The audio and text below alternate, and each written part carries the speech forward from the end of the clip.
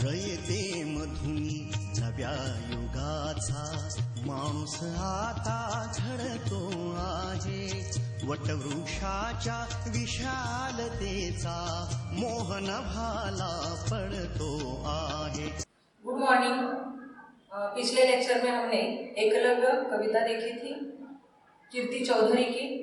इसके अंतर्गत हमने शिष्य की गुरु के प्रति एकनिष्ठा, इसके साथ साथ गुरु दान के रूप में क्या मांगता है आदि सारी बातें हमने आदि कविता के अंतर्गत देखी थी।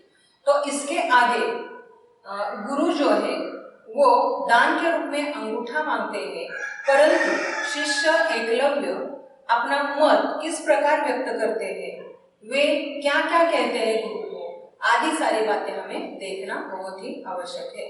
तो यहाँ एकलव्य ने शुरू में कहा था कि आपने सिर्फ मेरे दाहिने हाथ का अंगूठा मांगा है, परंतु मैं तो पूरी तरह से समर्पित हूँ, यानी आपके चरणों में मैं पूरी तरह से समर्पित हूँ। आपकी माटी की मूर्ति बनाकर मैंने यह धनुर्विद्या हासिल की है। इसका मतलब यह कि मैं हर रोज आपके चरणों में फूल डालता था, नमन करता था और बाण चलाना या इसी प्रकार जो धनुर्विद्या के अंतर्गत जो जो बातें हैं ये आपसे मैंने सीखी है। इसीलिए आगे जाकर एकलव्य कहते हैं, इन हाथों की चंचल गति वह भी उसी की ही थी, मैंने तो इसको निर्माल्य सा चढ़ाया था। शायद देखिए कि मेरे हाथों की जो बाण चलाने की चंचल गति थी ये मैंने आपसे हासिल की है, जिसके कारण ये मैंने आपकी चरणों में एक निर्माल्य के रूप में चढ़ाया है। तो यहाँ देखिए शिष्य किस प्रकार निष्ठावान है, यानी खुद द्रोणाचार्य सामने नहीं है, उनकी माटी की मूर्ति बनाई है, फिर भी अपने गुरु के प्रति इनकी निष्ठा जो है, गुरु भक्ति जो है, ये हमें देखने को मिलती है। लक्ष्य अगर बेधे, यानी तीर चलाने के लिए मैंने जो लक्ष्य साध्य किया था, बेधा था, निशाना साध लिया था, बाण अगर साधे थे, यानी मैंने इस प्रकार बाण तीर चलाया था, मानो उन चरणों पर चढ़े हुए पुष्पों को बार बार माथे से लगाया, सिर नवाया था। यानी मैंने जिस समय बाण चलाया, जिस प्रकार ये मैंने कार्य किया है, यानी इसी प्रकार मैंने ये धनुर्विद्या सीखी है, तो ये सीखते समय, बाण चलाते समय बार बार मैंने माथे से लगाया था, यानी ये बाण जो है ये मेरे माथे से लगाया, मानो कि आप उनके सामने मैंने सिर झुकाया था। मतलब क्या है कि मैं आपके चरणों में नतमस्तक हुआ था और सब था तुम्हारा, अरे सब कुछ तुम्हारा, यानी इसी प्रकार मैंने कहा था कि मेरा कुछ भी नहीं है, मैंने जो हासिल किया है हे गुरु आपसे ही किया है। इसी प्रकार यहाँ न्योछावर की जो भावना है ये भी हमें देखने को मिलती है। तो तुम ही उससे अभिज्ञ रहे, अभिज्ञ का मतलब क्या है, अज्ञानी। यानी देखिए कि मैंने इस प्रकार किया है, हर रोज आपके चरणों में नतमस्तक होता था, बाण चलाते समय आपके चरणों में नमन करता था, तभी मैं बाण चलाता था, यानी फिर भी आप ये जो मेरी साधना है ये इससे आप कैसे अज्ञानी है, आपको कैसे मालूम नहीं है। इसी प्रकार का प्रश्न यहाँ एकलव्य अपने गुरु से करते हैं। तो तुम ही उससे अभिज्ञ अथवा वह मेरा समर्पण सब झूठा था। यानी देखिए कि आप इतने महान गुरु हैं, आपको मालूम होना चाहिए था कि हमारा कोई ना कोई शिष्य इस प्रकार की धनुर्विद्या प्राप्त कर रहा है और वो पूरी तरह से मेरे चरणों में समर्पित हो गया है, जिसके कारण ये जो बातें हैं ये आपने शायद नहीं कही होती। यानी मेरे दाहिने हाथ का अंगूठा आप मांगते नहीं, क्योंकि आपको मालूम ही नहीं है कि मैं पूरी तरह से आपके चरणों में मेरा पूरा शरीर समर्पित किया था और वह प्राणों की अकुल प्रतिष्ठा जिसे अर्पित थी, यानी पूरी तरह से मैं मेरे मन प्राण से आपके चरणों में अर्पित था, फिर भी आप इस प्रकार कैसे अज्ञानी रहे। यानी इससे मुझे अब ऐसे लगने लगा है कि सिर्फ माटी की मूर्त, क्या माटी की मूर्त ही थी। यानी मैंने इतने प्रेम से गुरु की निष्ठा के के कारण यह मूर्ति बनाई है। हर रोज उनके चरणों में निर्माल्य चढ़ाया है, हर रोज उनके चरणों में नमन करता था। और अब मुझे ऐसे लगने लगा है कि क्या वह सिर्फ माटी की मूर्ति थी क्या, साक्षात आप वहां नहीं थे क्या? इसी प्रकार का प्रश्न जो है ये गुरु द्रोणाचार्य का इस कविता के माध्यम से कीर्ति चौधरी ने हमारे सामने भी रखा है कि देखिए गुरु कैसा होना चाहिए और शिष्य किस प्रकार का होना चाहिए।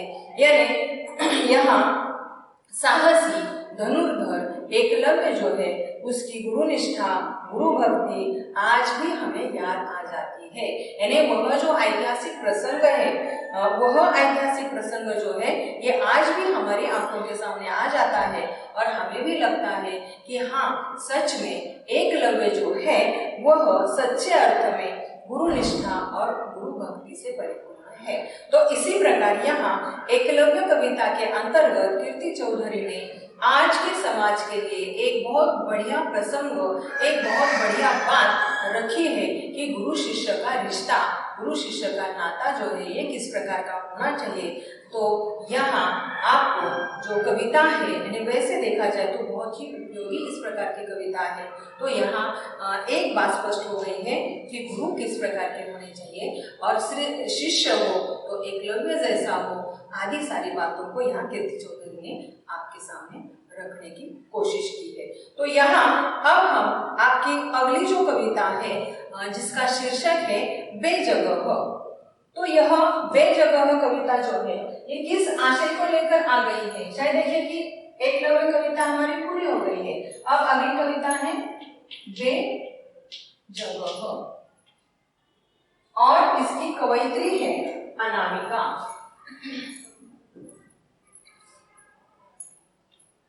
अनामिका यह हिंदी की जानी मानी और सर्वश्रेष्ठ साहित्यकार है। तो बेजगह इसका अर्थ ही क्या है? जिसके लिए कोई जगह नहीं है ऐसा, यानी बेजगह।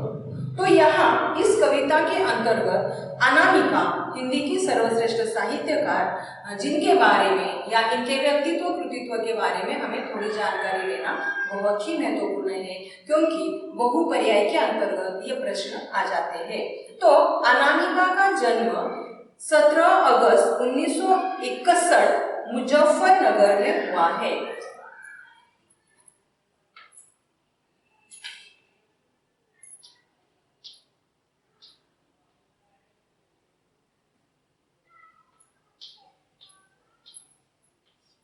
मुजफ्फरनगर में अनामिका का जन्म हुआ है।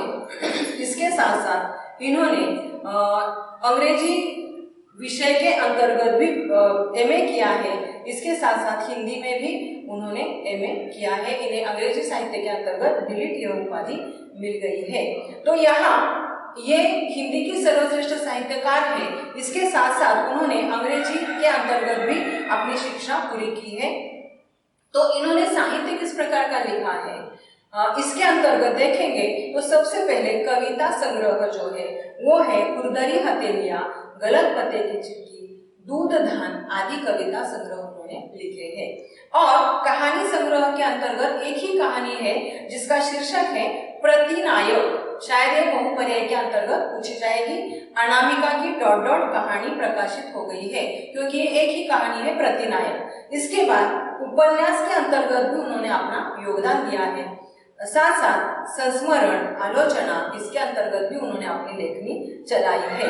और यहाँ अनुवाद या विमर्श, आलोचना आदि को लेकर भी उन्होंने साहित्य सृजन किया है। तो ऐसी महान साहित्यकार जिन्हें अनेक पुरस्कार प्राप्त हुए हैं और इसमें से राष्ट्रभाषा परिषद पुरस्कार, भारत भूषण अग्रवाल पुरस्कार, गिरिजा कुमार माथुर सम्मान, ऋतुराज सम्मान, केदार सम्मान, परंपरा सम्मान आदि बहुत सारे सम्मानों से अनामिका को यहाँ भूषित किया गया है। यानी इसी प्रकार के अनेक जो पुरस्कार है ये इन्हें प्राप्त हो गई है। तो यह जो कविता है अनामिका की, इसे हम संक्षेप में देखेंगे कि इसके अंतर्गत कौन सी बातें आ गई है, किस विषय को यहाँ प्रधानता दी गई है। तो यह जो अनामिका की कविता है, यह सबसे पहले ये हमें मालूम होना चाहिए कि किस काव्य संग्रह से ली गई है, क्योंकि यह बहुपर्याय के अंतर्गत पूछा जा सकता है। यह काव्य संग्रह है खुरदरी हथेलियां। खुरदरी हथेलियां, इस काव्य संग्रह से बेजगह नामक कविता जो है ये ली गई है। अब देखें कि इसके अंतर्गत आशय क्या है। तो यहाँ कवयित्री ने पितृसत्ताक समाज जो नारी को किस प्रकार अकेला बना देता है, नारी किस प्रकार अकेलेपन में रहती है, इन बातों को हमारे सामने रखा है। इसके साथ महिलाओं की पीड़ा या लड़कियों का कोई घर नहीं होता है, समाज में उनकी कोई जगह नहीं होती है, यानी इसी प्रकार का वास्तव जो रूप है ये उन्होंने यहाँ स्पष्ट किया है कि लड़कियों के लिए किस प्रकार का वातावरण है समाज के अंतर्गत, क्या उनको समानता का दर्जा दिया जाता है, क्या बेटे के समान सारी जायदाद या कोई भी कौन सी भी बात हो वो समानता से उसके साथ घटित होती है क्या, आदि सारी चुनौतियां उन्होंने इस कविता के माध्यम से दी है। तो यहाँ उन्होंने स्पष्ट किया है कि नारी की अवस्था एक यानी बिल्कुल कंघी में फंसे बालों की तरह है, यानी एक गूंथे के समान है। यानी बाल जब हम संवारते हैं तो उसी समय गूंथा निकल आता है, और ये जो गूंथा है क्या वो हम इस प्रकार संजोग कर अपनी यानी किसी बैग में, पर्स में रख देते हैं क्या, संदूक में रख देते हैं क्या, नहीं, उसको फेंक देते हैं। मतलब क्या है कि उसको घर में जगह नहीं है। और इसी प्रकार ये जो हालत है ये किसकी है, नारी की है। क्योंकि यहाँ मान लीजिए कि उन्होंने और एक उपमान दिया है नाखूनों का। शायद देखिए कि हमारे नाखून जब बढ़ जाते हैं तो क्या हम उसे ऐसे ही रखते हैं क्या, उनको काटते हैं, और काटने के बाद क्या घर में सजा कर रखते हैं क्या, बिल्कुल नहीं, तो इनको भी हम फेंक देते हैं। मतलब क्या है कि यहाँ गूंथा या नाखून जिसके समान नारी की अवस्था हो गई है, ये इस कविता के अंतर्गत आया हुआ महत्वपूर्ण आशय है। तो यहाँ सबसे पहले कवयित्री ने ये बात स्पष्ट की है कि बचपन में हम एक पाठ पढ़ते थे, और वह जो पाठ है ये किस प्रकार का था इसका भी वर्णन उन्होंने यहाँ दिया है कि बहुत प्राचीन काल से लेकर, यानी पाठ भी इसी प्रकार के थे कि देखिए नारी ने क्या काम करने चाहिए और बेटे ने कौन से काम करने चाहिए, लड़की ने क्या करना चाहिए, लड़के ने क्या करना चाहिए। इसी प्रकार का जो भेदभाव है ये हमारे सामने रखा है, और इसके पीछे छिपी नारी की दुख, वेदना, पीड़ा को भी हमारे सामने रखने की कोशिश की है, और एक प्रकार की चुनौती दी है कि मनुष्य एक जैसा है, यानी सिर्फ लिंग भेद के कारण इस प्रकार नारी को बेजगह बनाना, नारी को कोई भी महत्व न देना, ये बिल्कुल ठीक नहीं है। जिसके कारण यहाँ अनामिका सब लड़कियों को चेतित करना चाहती है कि ऐसा न हो, और इसी आशय को लेकर जब हम कविता पूरे रूप से देखेंगे तो मालूम हो जाएगा कि यहाँ किस प्रकार की बातें स्पष्ट हो गई है। शायद देखें कि इसके आगे हम हमारी जो कविता है अगले लेक्चर में शुरू करेंगे। धन्यवाद।